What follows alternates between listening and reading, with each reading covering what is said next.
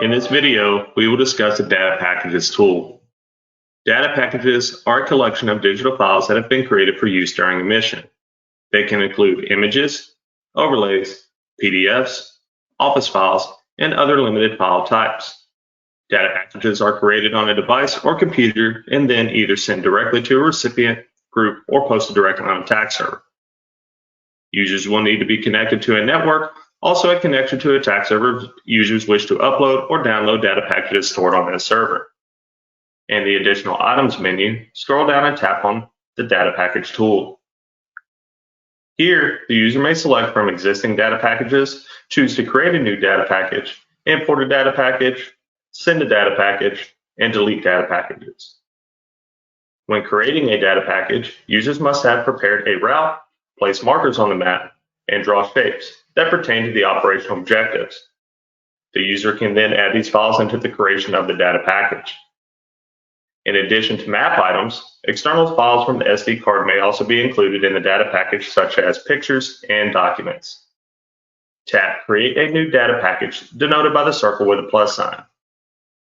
Choose the Selection Method window will appear. The user will choose the desired selection method: Map Select, File Select, or Overlays. The Map Select option allows the user to select one or more items on the map by tapping on the desired icon or shape on the map screen. The File Select option allows the users to navigate the file browser and select one or more files to be included in the data package. The Overlays option allows the user to utilize the Overlay Manager to select categories or individual items to be included into the data package. Tap on Map Select. Tap the items on the map screen to add the desired icons or shapes. The selected items will appear in the data package window on the right.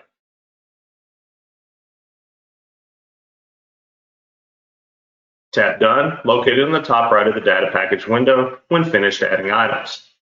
Here, the user may select to either create a new data package or add to an existing data package. Tap Create a New Data Package. Name the data package. Note, naming conventions are important and should be relevant to the mission being created within the data package. Tap Build once complete. The newly created data package will be visible within the data package window. Users may hide, show, send, and delete the data package. To add items using overlays, tap on the Create a New Data Package button. Tap on Overlays. Here, the Overlay Manager window will appear.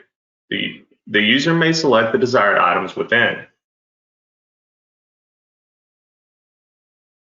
Tap Done when finished. The user will again be prompted to choose whether to create a new data package or add these items to an existing data package. Tap Existing Data Package. Tap on the desired data package to add the items to. When the user adds to an existing data package, a red asterisk will appear on the data package name, which indicates the new data package needs to be saved. Tap on the floppy disk button to save the data package. The size, call sign, and the number of items in the data package are shown. Tap on the name of the data package to view the included items. Here, the user may edit, sort, and delete any items within the data package. Tap the persistent back.